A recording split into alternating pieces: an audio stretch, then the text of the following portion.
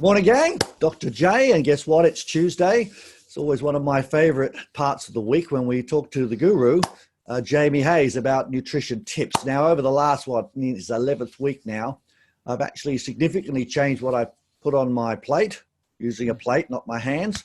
Lots of tools that we've been putting together, and it's been a ton of fun because it's, I must say, going shopping is much cheaper now and we're getting better food. But I'm feeling a lot more energized. I've always ate well, but I must say these small changes, and in some cases larger ones, have made a massive difference. And every week, Jamie's been very generous to help us with our nutrition tips to not just lose weight and get stronger, but also to function more effectively. So today we've got a special treat, haven't we, Jamie? So welcome. Absolutely, Steve. We're going to be talking about a diet of strength training and exercise. But I do want to start by saying that there's no doubt there's a relationship between your health and energy and time you spend every day cooking something. It might just be cooking one meal a day, but the very fact that you are 15 minutes a day in the kitchen cooking something fresh will make a significant difference, not only to your health, but your lifespan, how long you're going to live. So it can make a huge difference. So get in that kitchen. And we've been talking a lot about your individual carb tolerance and managing your carb intake, avoiding those highly processed foods, the highly processed starches, the things with sugar added, particularly sugar sweetened beverages. They are absolutely toxic. And those highly processed so-called vegetable seed oils, just getting all that highly processed stuff out of your diet and learning some cooking. But just because you're cooking, you can still have a low-carb eating style without cooking.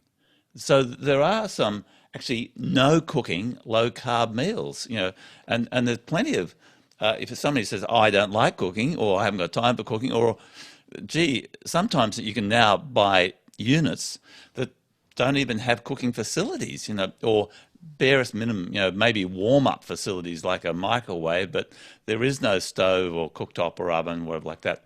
So it's amazing how people are living, but there are definitely some low-carb options. So remember, Steve, we've always talked in the past about prioritizing protein, in the meal.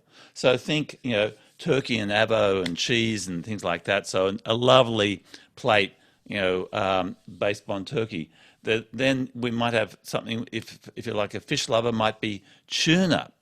Again, it can be no cooking. Then you can have the Italian prosciutto, that very finely sliced pork, which you can have raw. You can have that, which is fantastic. And often you have that with rock melon. Rock melon is a very low carb fruit. There's salad niçoise. We've all had that with the tuna and salad and stuff like that. Again, no cooking. Steak tartare, if you like, that sort of raw meat. Again, no cooking. And a little bit of cooking, but the good old-fashioned hard-boiled eggs are pretty good as well. Look, I must say that all those things that don't require cooking, I think we go back and maybe a couple of presentations ago where we were saying we had to have some of those tools and some of those nice little Tupperware or those plastic containers, or some of the things they can keep that in. They can prepare that and it will keep a few days if you have it in a fridge, and that will actually save the preparation time too. So if you go back and listen to a couple of the sessions a few weeks ago, we were talking a lot about using some of the tools and using this no cooking, low carb activity. If you put them, you can prepare them a few days in advance. Is that right, Jamie? Absolutely. And look, who's not into batching nowadays? Steve, you might batch. You're preparing a whole lot of lessons. You might, I know you're a hard worker, and you might prepare those on Sundays where you're batching a whole bunch of lessons that are going to be drip fed, in weeks and months ahead. Or marketers batch process. I know that Ellen with Facebook feeds, she does all the Facebook posts with recipes and things like that for Health Inspirations and Dietflex and Keto Fitness. She batch processes them, I think, once every 4 weeks. So they're all pre-scheduled in Facebook. But you can batch process your meals too. You might have cooking on Sunday night and cooking on Wednesday night, and batch process. So it's a time saver. A lot of people do a lot of weight training instructors do a lot of that stuff, and so even you can buy these little a bag where you could just slot everything in accordingly and just keep grazing throughout the day and keeping your protein levels high. So that it does save time, though, I must Oh, say. absolutely, and saves money, and it gives you perfect portion control too. You don't have to count calories, but calories do count. Okay, you don't have to count calories, but calories do count. So portion control, it gives you automatic portion control, doesn't it? Remember, we spoke about the one plate rule. You know what portions you have. Put the portions on your plate. Take the plate to your table. Enjoy the meal. Enjoy the company. Enjoy your friends and things like that, or your family. But don't eat smorgasbord style where you just keep on plowing into it until everything's gone. And so in the old days, they used to put, all the veggies there and all the potatoes there, and there's the chicken. You just keep cutting it off and just putting it on your plate, and all of a sudden you're absolutely chockers full up. At Absolutely, the end of yeah. the day, you've had 3 meals. Yeah, and then there's this sort of emotional obligation. Oh, finish it up, darling. You can finish it. Blah blah blah. Yeah. Anyway, so The whole process of planning meals and when not to eat and to eat. Had a question that popped up just about a week ago. yeah, If we're eating around about the dinner time, I was just talking about size of meals and so forth. I told the person that it would be better to try to have their dinner earlier than later. And I said, they said, is it okay just to have a salads and also pasta and all those sorts of things? And I said, well, good old pasta sits, for me, it bloats me, and I really don't eat pasta. And I said, you'd be better off having some chicken and so forth. Now, if someone was to eat late, I mean, they finish their shift late and they're a bit tired, is it a snack type protein and a bit of salad better, or is it better just to do nothing and wait till the morning? Because he asked me that question, because he said if you eat and go to sleep, well, that's not going to be great. no. So, that was a simple question that came up with the protein intake, and I suggested not to have the pasta. Oh, absolutely. I think you gave them right advice. But firstly, and there's so many different things being implicated here, in the question. So it's a really good question. But firstly, I would ask that person, how's it working for them? How is what they're currently doing working for them, measured in both their weight control, measured in the quality of their sleep, how restorative their sleep it is? Do they wake up normally, naturally, feeling refreshed and things like that? And their health too. So No, how's the big rock with him is he's put on weight since he started this new job, and secondly, he wakes up very lethargic and very sluggish, like you were talking about the other day with okay? Well, the things. And I said, well, might have to do with the eating at 10 o'clock and going to bed at 10:30, eating a ton of pasta and salad. yeah, sure. Look, it's absolutely not a good habit. So I mean, and definitely, I think for sleep quality, you really want to have finished a meal a few hours before you go to bed. I know some people that like to finish a meal 4 hours before they go to bed, but at least 2 hours before you're going to bed. And instead of having that sort of nightcap or raiding the fridge just before you go to bed, when your body absolutely doesn't need it. I mean, you might. I often make myself a ginger tea before going to bed. Or some sort of herbal tea. So that's fine. You could do that, but your body absolutely doesn't need it. So your body perceives that as absolutely surplus. You definitely don't need the carbs. So I would say that that's not a great strategy, particularly if you want to maximize your health, optimize your weight, uh, optimize your energy levels. The next day, it's not a good idea. That's a good question to ask. I do it regularly. How's that working for you? And That's right. he just said, look at me, mate. And I said, yeah, okay, well. So it's self-evident. What's the Latin phrase QED, or quod erat demonstrandum, which means it proves itself?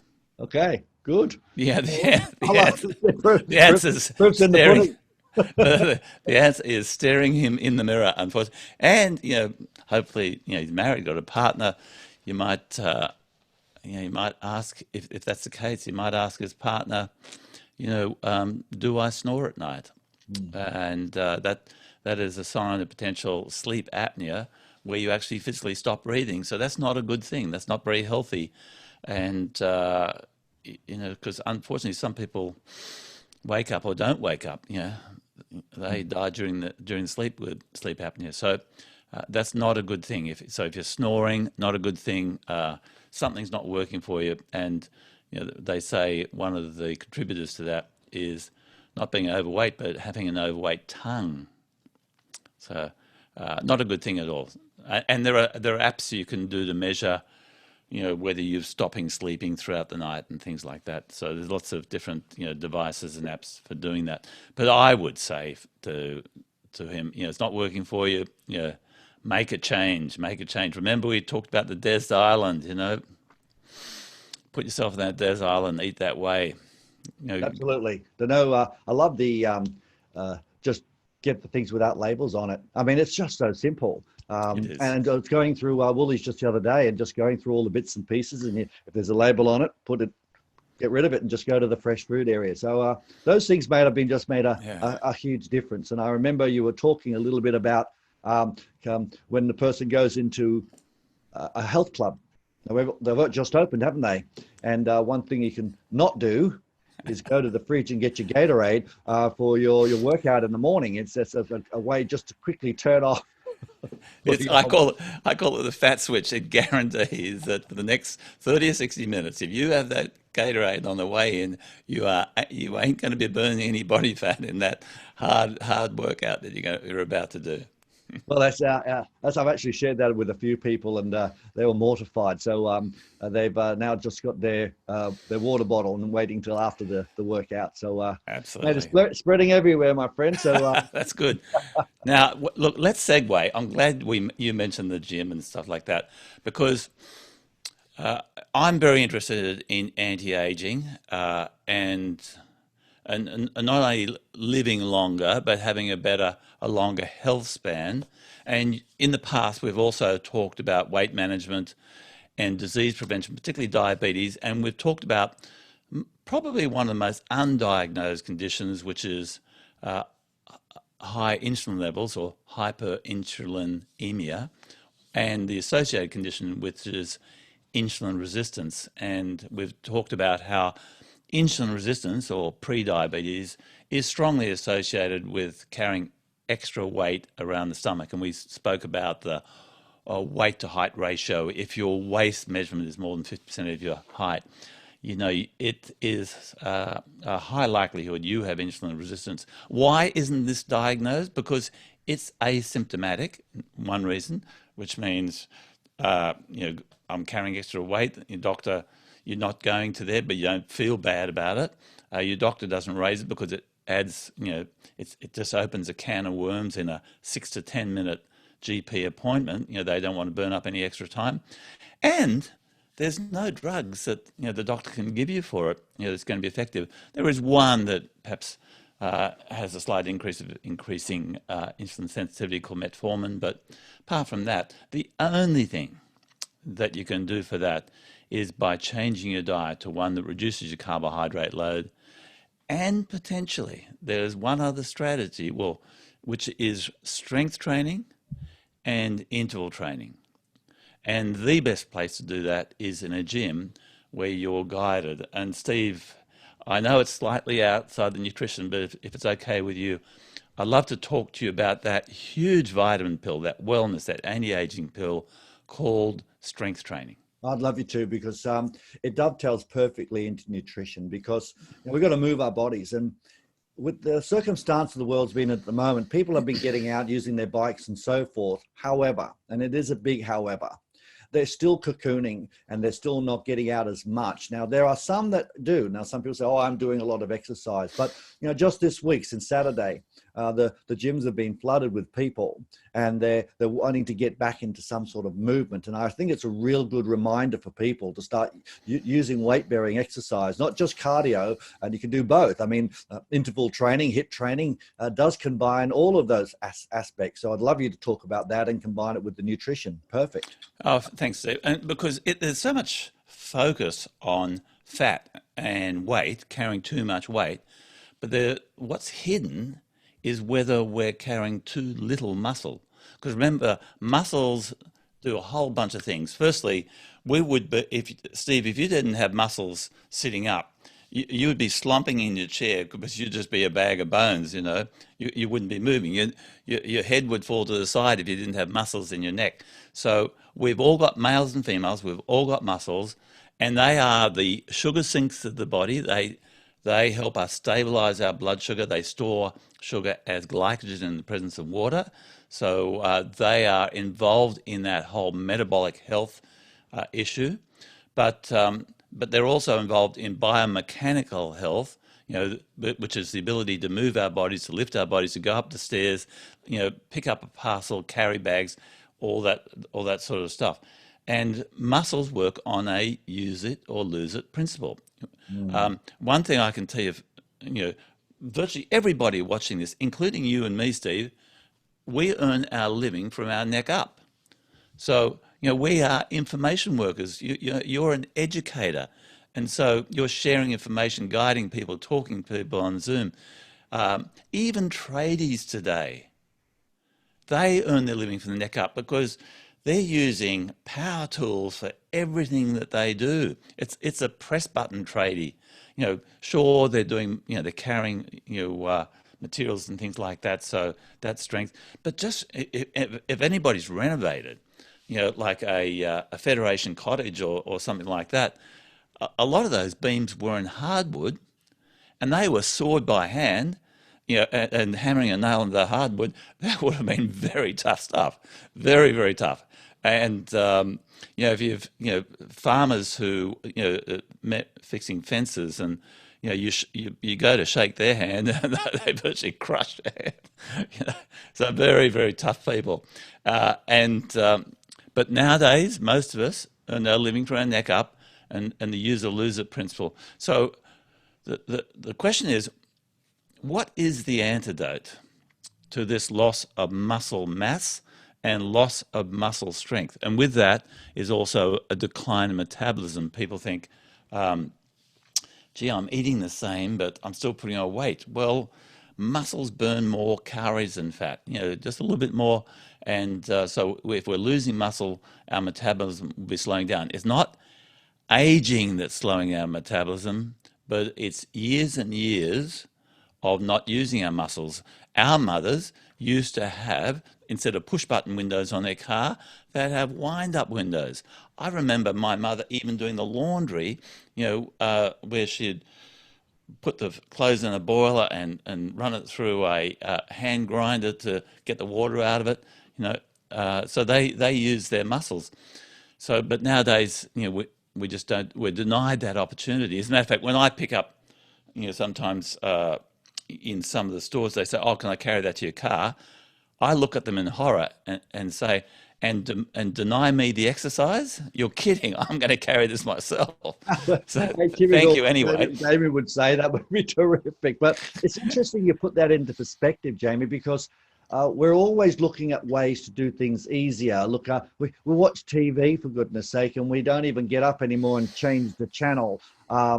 We take the clothes out of the washing machine and put it into the dryer at the top and push the button. And we become a button organization or a society. Yeah. And if you just go back, say 20, 30 years, like you said, everyone did things and moved a lot more. We are moving less. And, you know, a lot of countries are saying we've got to get people off the couch and moving more. And what we're saying here is that if we don't actually use the muscle, and as you get older, if you're not doing weight-bearing exercise, you're not doing that exercise, your muscles aren't getting stronger. It's not breaking down and regenerating.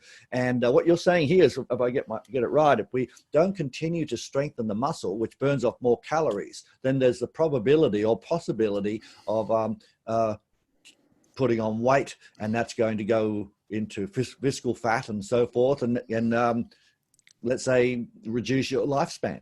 Absolutely, absolutely. And now, so let's distinguish between what people call exercise. Well, I'm out there walking, I'm exercising. You know, I'm going to the beach, I'm exercising. But there's a difference between what I call recreational activity and exercise where you get a dose response and an adaptive response. So there's a huge difference between uh, that that recreational physical activity and exercise that creates an adaptive response. So let's just talk about that. So when we go for a walk, sure, that's good for you, and you're getting vitamin D if you get out in the sunshine. As a matter of fact, your friend who's eating late, he's better off going for having an early dinner and going for a walk, and then I guarantee he'll sleep better, like the Europeans do. So, so I want to talk about the big five that you can do in a gym. You can do it at home, but I think you're actually better off in a gym, which are five exercises, five, what we call the big five exercises that if you just do these, it's super time efficient. I used to do this once a week. I'd go to the gym with Ellen on Sunday morning. We went to one of the best fitness clubs in the Southern Hemisphere called the Indooroopilly Workout, or Workout Indooroopilly. It's still absolutely one of the best run fitness clubs in the Southern Hemisphere. I'm convinced of it. You know, they're unique because they have a strength training philosophy. Not many clubs actually have that. You know, that they say this is good for your health, it's good for your longevity, and this is the way we program strength around here. And I did five exercises. So we turned up on 8 o'clock on Sunday morning and left at 8:30 once a week. Now, twice a week would have been better, but once a week I just kept on getting stronger doing these five exercises. So what are they? And people may want to write that down. Firstly, think lower body and upper body. Lower body, we want to do a pushing exercise. In this case, it was a leg press, where we're using our gluteal muscles, our quadricep muscles, yeah, maybe a few other supportive muscles, but so we were pushing out. We're sitting in the seat and pushing out. There's another version, which you'd want to do with a personal trainer, which works the muscles in a similar way, called a squat. And these are what's called compound exercises. Now, compound exercises are typically two joint exercise. So if I push out, you can see that shoulder joint and elbow joint, that's a two joint exercise versus a bicep curl, which is an isolation exercise, which is single joint. So all these exercises are compound two joint exercises that work a variety of muscles. So we did that leg press, but if you're with a personal trainer, it might have been a squat. That requires, as you know, a little bit of stability and guidance and technique and form and things like that. So I did the leg press. Then we went from the lower body to the upper body. And basically, all I want you to think about is push and pull, push and pull. So in the planar motion pushing forward, that was a chest press, where we're pushing with the pectoral muscles and the triceps at the back of the arm. The anterior deltoid right in the front of the shoulder. And then, so that was a chest press, and then we did a seated row where we're pulling back. My virtual screen's making me look funny there, where we're pulling back, working the bicep muscles, posterior deltoids, the trapezius back, the rhomboids back there. So we're working in balance. So one exercise pushing, one exercise pulling. Then we went back and we pushed up. So that was a shoulder press where we're pushing up. Again, we're using those shoulder muscles, we're using those tricep muscles, perhaps a little bit of the pectoral muscles. And then finally another one when we are pulling down. And throughout most of these exercises, we're stabilizing with the core muscles. You know, so really no need to do any ab workout or stuff like that. So there's five exercises. So we've got pushing, lower body, which was either leg press or a squat.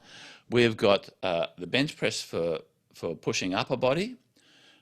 Row, and you could do these with a dumbbell or a barbell too, and I'd recommend if you're going to start that, commit to 6 or 8 or 12 weeks with a personal trainer to really get it nailed. And by the way, the definition of a good trainer or a good coach, and you Steve Jensen, you are a good coach because you get people to do what they don't want to do to get the result they do want to get.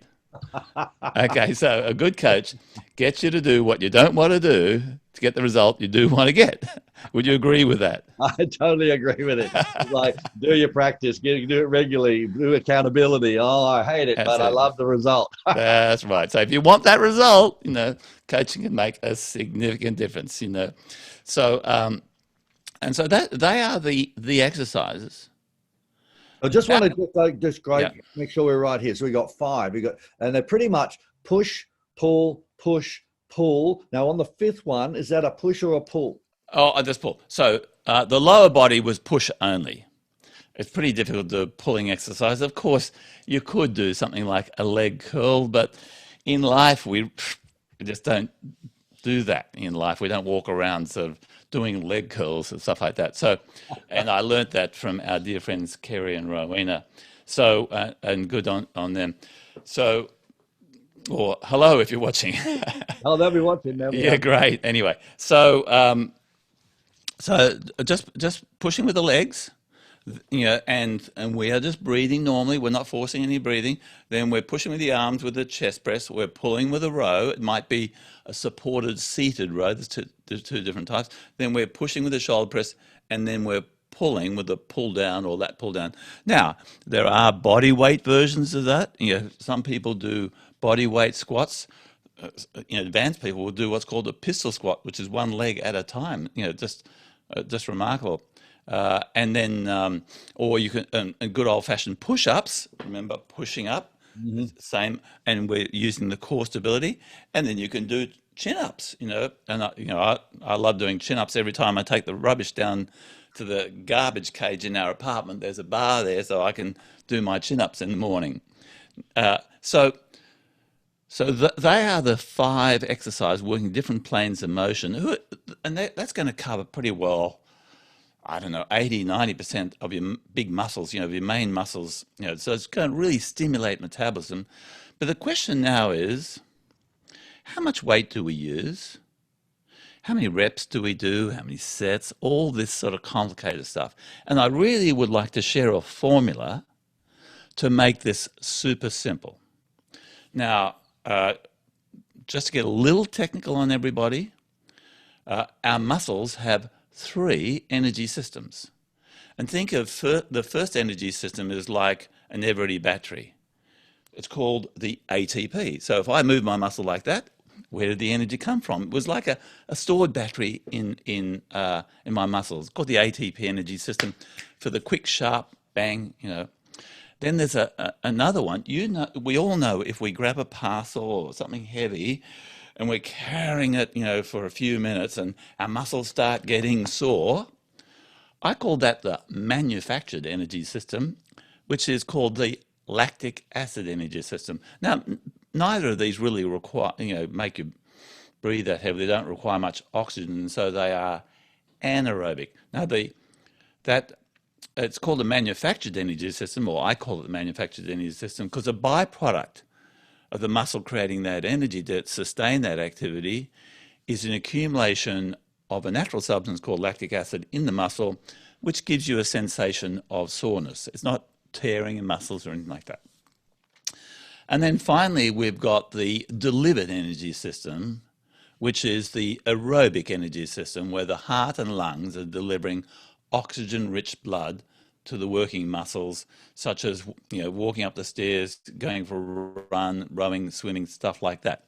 So with strength training, we are using the first and second energy system, the ATP and the lactic acid energy system. So let's put that technical stuff aside. Now let's make it super, super easy.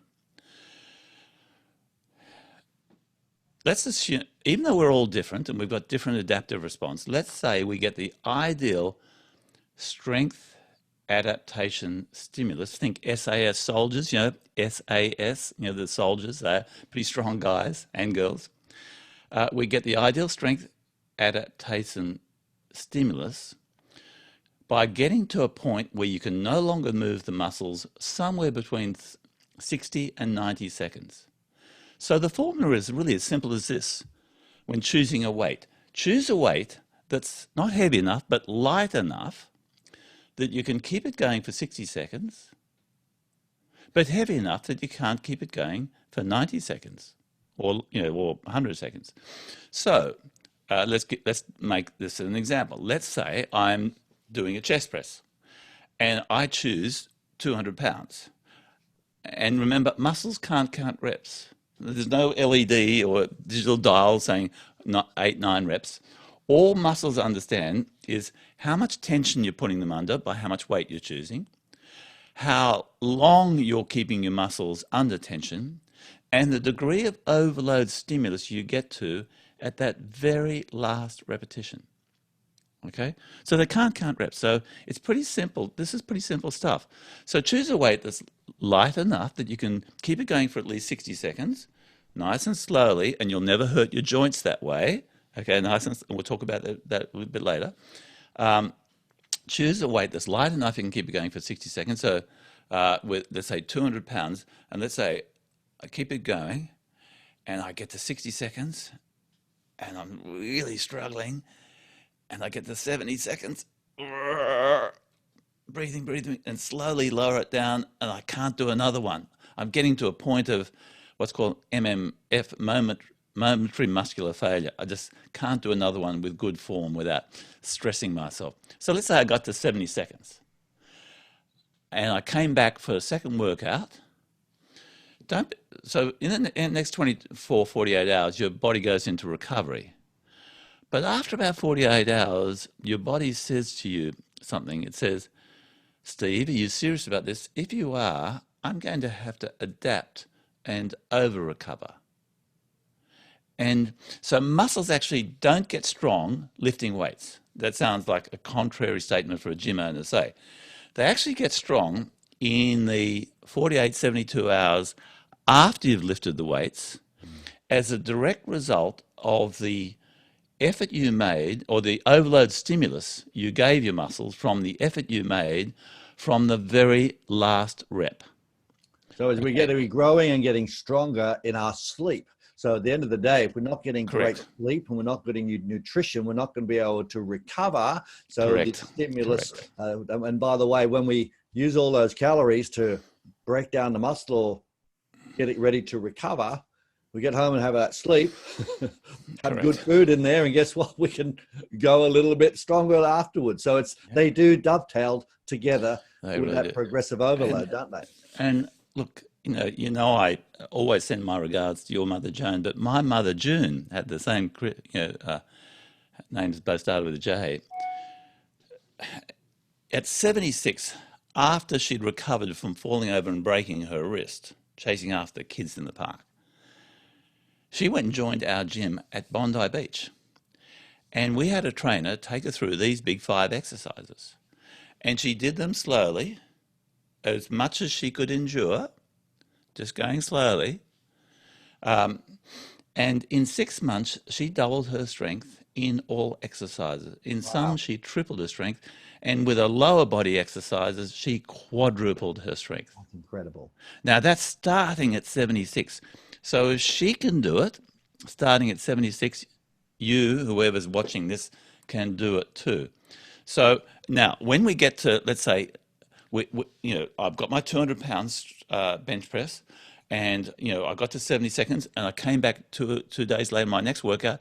Gee, I got to 75 seconds, or I got to 80 seconds. Maybe that was 1 extra rep. So I'm always aiming for a PB, personal best. So I'm not competing with anybody else. And this is where, with sales management, you tell people to record your statistics. How many leads did you get? How many calls did you make? How many booked for the appointment? How many showed for the appointment? Of the people who showed for the appointment, how many converted? What was your yield? What package did they buy?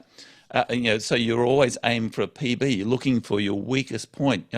Oh, gee, I've got a problem. I need to do work on my phone script, or whatever it is. I've got a show rate problem. I've got a conversion rate problem. But so you're recording it, keeping a program card. Now, unfortunately, in gyms, program cards seem to have disappeared. Which I think is terribly sad. But people can keep their own record. So let's say I get to 90 seconds. I can now move that 200 pounds to 90 seconds. So now what I do is I increase the weight by 5%. I go to 210 pounds. and and and people always say, "Don't put the weight up; it's too hard." I say, "No, that's okay. You'll just won't go quite as long." And so I put up to 210 pounds, and now I can only do 60 seconds. And I rest and nutrition, like you point out, keep on aiming for a PB. And this is where the role of a coach or a personal trainer can make a big difference. We were talking Because, about coaches last week because it's so important to make sure that in nutrition, in weight training, or in sales or whatever, if we have a coach that can drive you and just give you that confidence to say, well, you yeah, can do a couple more, or let's make sure that we do a few more. Or your sales manager say, hey, we have like in sales, we say, well, have you done your minimums? Do 3 more. It's yeah. exactly the same. PDR, practice, drill, rehearse, hey? Practice, drill, rehearse. And yeah, even, if it's not a coach, an accountability buddy, because there's no doubt, Yeah. if you're training together with a buddy, if somebody's watching you, you'll do more, regardless of their skills or expertise. Absolutely right. You're spot If, on. It's if just have somebody to be accountable for. Did you do the stuff? I yeah, know I need it. I know that everyone that's any good at anything likes will do better. Even if they don't like it, they'll like the result, like you said. definition of good coach is somebody gets you to do what you don't want to do to get the result you do want to get. Absolutely. And so we're going to do that with all those 5 exercises. We're going to choose a weight that's light enough that we can keep it going for at least 60 seconds. And when we can get to 90 seconds plus, never stop at 90 seconds, always keep on going, aim for a PB. Then on the next occasion, on that exercise, put up by 5%. So we're just always increasing the weight on the bar, or the weight on the machine. If there is a big jump on the machines, like, oh, it doesn't let me do up 5%, you might wait till you get to 100 seconds, and then jump it up a little bit. And then the next thing is the speed of the movement. I really do like, instead of super fast like that, knocking out 10 repetitions, sitting around and what I like that. I like to go at this speed where I'm lifting and lowering. So I'm lifting for at least 5 seconds and lowering for at least 5 seconds. So I'm taking the momentum out of the movement. Okay, This I'm is taking. a process where you're using the eccentric and concentric movement. So we're taking the jerkiness away, which actually puts the muscle under a much more highly, let's say, progressive overload. It And does. that means it will get the job done quicker. It does. Gee, that's the interesting thing, because if you're only spending, let's say, maximum 90 seconds per exercise, maybe setting up a machine so it's 2 minutes per exercise and 5 exercises, what's 2 minutes times 5? That's 10 minutes. Now, unfortunately, we could go to a gym where people are there, I think it's for amusement, where they'll hop on a machine, they'll put in their headset, play with their eye thing, and they'll knock out a warm up set, then another set, then another set, and they might do 5 sets, waiting 2 minutes between each exercise, and you'll never see them get to a point, where a momentary muscular failure. So, so I say, unfortunately, sometimes you see people doing either potentially dangerous or potentially useless activity.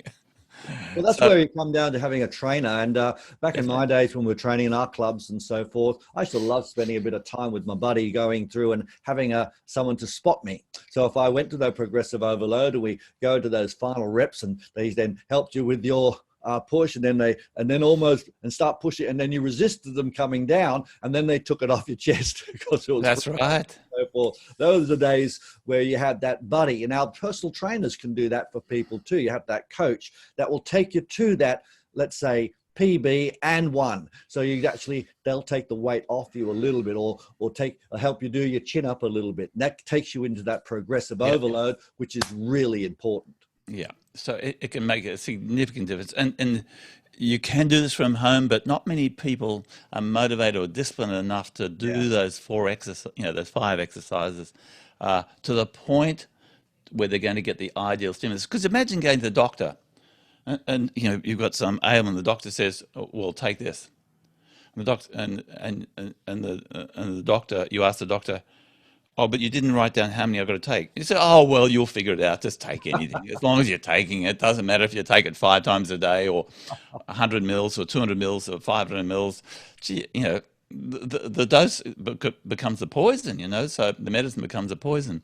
So obviously doctors are not going to do that, and trainers are not going to do that. They're going to make sure that the dose on each exercise is ideal for you and your body. So it really can be a fantastic investment, even if you're training once a week with a trainer. And many people train twice or 3 times a week, once a week with a trainer and once a week by yourself, but keeping a record of it. Absolutely. Once with a trainer, a couple of times on your own, and then if you want to then push it through, I think it's great advice. And if you've got a weight gain or a weight loss goal, and they'll actually be aligned with that, and if they combine some of the things you've been saying as far as eating with a plate and making sure that you're taking that period of time when there's no food, so you're not getting that spike in insulin and all the tools that we've been talking about, if you combine it with exercise, which is creating more, let's say, muscle, which is burning off more calories, you're going to be firmer, which is going to make sure if you want to have aesthetics, you'll look better, but also you'll be able to perform better because you'll be able to move more effectively because of the muscles. And you've now got a body which is functioning like a smooth running, a perfectly brand new car, so to speak. Absolutely. And I even like the concept of PT plus, which is it might be 15, 20 minutes of strength training and 10 minutes looking at your eating plan. So Right, a trainer can be what do you call that? coaching on both. So PT Plus is they'll be doing training and then coaching with nutrition. What a great way to get the best out of you, Proprietor Limited. Yeah, sure you could be doing your learning, but let's just put about us at the moment. Exercise once, twice, 3 times a week, but also spend some time talking with somebody that knows about your nutrition and having that dovetail together. Having that together and having some fun at the same time will make a big difference. Whether you want to be bigger, smaller, leaner, or lose weight. Absolutely. And so we've actually thrown away the volume approach to exercise for weight control because, as even you said, uh, that's weight control. It's all about the diet. And and you'll laugh at this. I'm sure all your years in the gym, people come up to you and they pat your tummy and say, "What's the best exercise to get rid of this?" And then you respond by asking, "Well, are you mainly concerned about the fat over your tummy muscles or the strength of your muscles underneath the fat?" Everybody's going to respond. They'll think about it. They'll say, "Oh, I'm more interested in the fat over my tummy muscles." Well, that's all about the diet. It's not about the exercise. It's all about the diet and getting the diet that's right for your body. And if you're carrying extra weight, particularly in the tummy area, your diet is not right for your body. And it's so true. It's people look at the aesthetics. They come up and someone's got a little bit of a six pack, and they go, "What do you do to do that?" And really, it's not all that exercise. Sure, it makes it stronger and harder, but it's the food that goes in to our mouths. And people say, "Oh, I can't do that." Well, isn't it interesting? It's getting something and doing this. That's right. That's right. Now, no one else is doing that for you. So it's ultimately, if we have a coach that says, "Oi, what are you putting in your mouth?" You go, all of a sudden, it's that thing you said, discipline. And I just find Yeah. it's an interesting segue because discipline is the root of all success. As long as you're getting the right advice to do the things on a regular basis. Repetition is the mother of learning. And Yeah. so we want to make sure that we have a learnt process, create let's say, as you correctly pointed out the other day, to create a habit. It doesn't take 21 days, it takes longer. Yeah. But you just need that regular reminder. And I truly believe you can't do this sort of stuff on your own. I really Yeah. don't. Whether it's sales, whether it's strength training, whether it's sports, you've got to have a coach. You've got to have someone that cares. You've got to have someone that will give you some tough love. And I say it's tough love. It's not just being mean. It's like, hey, I know, I believe, and I know you can do better. Come on. live up to the expectations. And then some people just say, oh, it was embarrassing, but I needed that. We all do. And I think, well, what you're giving us today is absolutely fantastic, because it combines the food, the discipline, making the changes. Talked about a coach, and now I say, well, if you're really serious about this, we know that everything starts in the kitchen, but you want to take it to the next level, start moving and start using those muscles, which are going to burn off more calories, going to make you look better. So I think this is gold, Jamie. Thank you. Oh, it's a pleasure, Steve. And as a matter of fact, when people, if they find the personal trainer that's right for them, they should simply ask the question, what's my rate if I sign up for 12 months with you? And the personal trainer will fall off their chair. But the personal trainer should have offered that in the beginning. No discount. Well, fine. But what's my rate if I sign up for 12 months with you? And a lot of personal trainers do a 2-on-1 where you can come with your significant other, and that can work out well too. It can really work out well, because you've got a trainer training with you and a buddy. So when you do train on your own, you've got your buddy knowing what needs to be done. I think that's a great way of starting your personal training. Yeah, as a matter of fact, we had a trainer training my mother, which we were in the fortunate position to pay for it, twice a week. And when my mother lost her license, she could no longer go there. We said to the trainer, well, we want you to train her at home, and we'll pay for traveling time and things like that. And then the trainer, after about 6 months, said, look, I have to stop training your mother because, I've had, these pressures and extra clients and things like that, and I've had to put my rates up.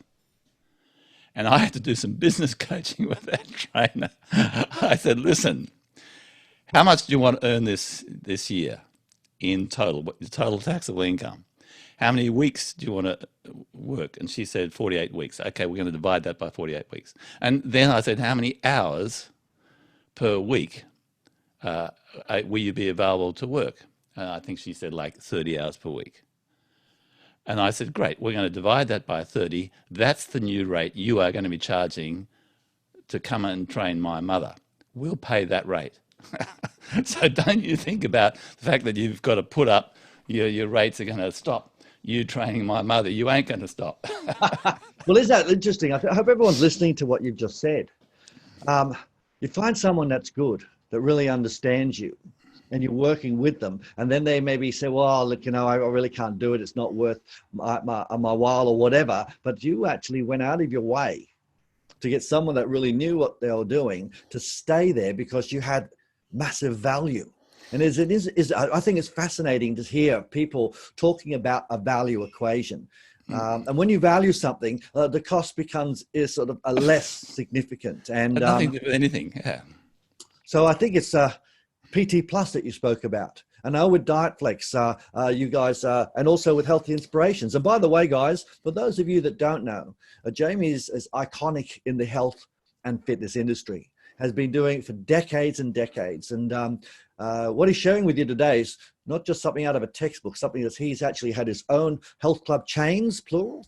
He has 3 major companies that work with nutrition, and still has a company that actually specializes in training with resistance training, as well as making sure that people are eating right. So we're talking to someone that has not just read something, has walked the talk for his whole life. So listen to what he's saying, and all the tips that he's giving you are not just about eating right. Listen to today.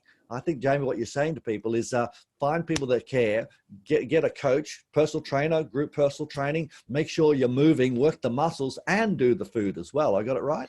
Absolutely, you have got it right. I forgot to say, there's a little freebie, your SAC watchers, for people who watch this far.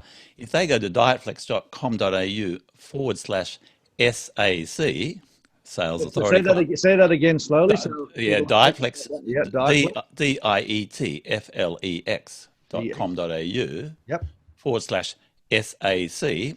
I've just put a couple of little gifts there, couple of videos on exercise, just for SAC members that they may like to consume. And my email's there if they've got any questions and things. Fantastic. That's great, guys. Well, look, grab those. I've actually had the delight of going through with some of Jamie's programs personally, And I can tell you right now, everything Jamie puts together is world class, right through from mindset, through the nutrition, also the exercise at home and so forth. Worked incredibly hard with his company. And I'm sure that these exercises that you'll get will work a treat. And Jamie, just to wrap up today, if we were to do two things that we've done over the last 11 weeks, just two things that people that sort of say, I really want to get started.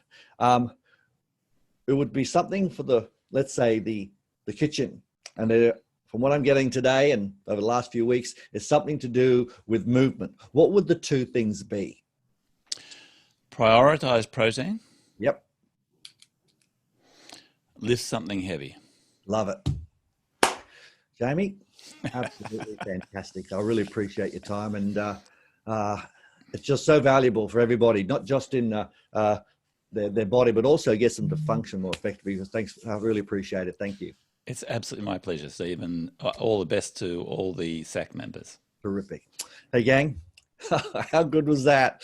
My goodness, time to disappear when chatting with Jamie. He's got so much gold. Hope you wrote down lots of stuff and taking some massive action. And I know I've got 5 pages here that I've been scribbling down, and I live in this world.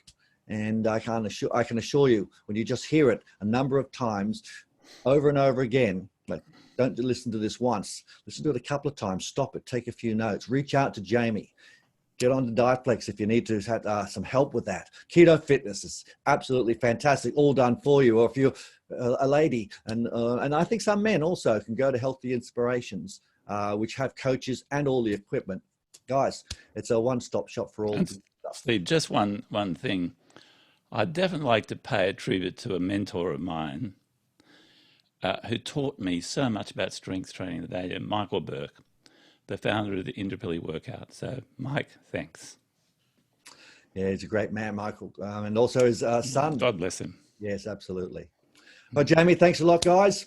Thanks for joining me, and put some stuff to action. We love hearing about success stories. So I'm Dr. J. We'll see you soon. Bye for now.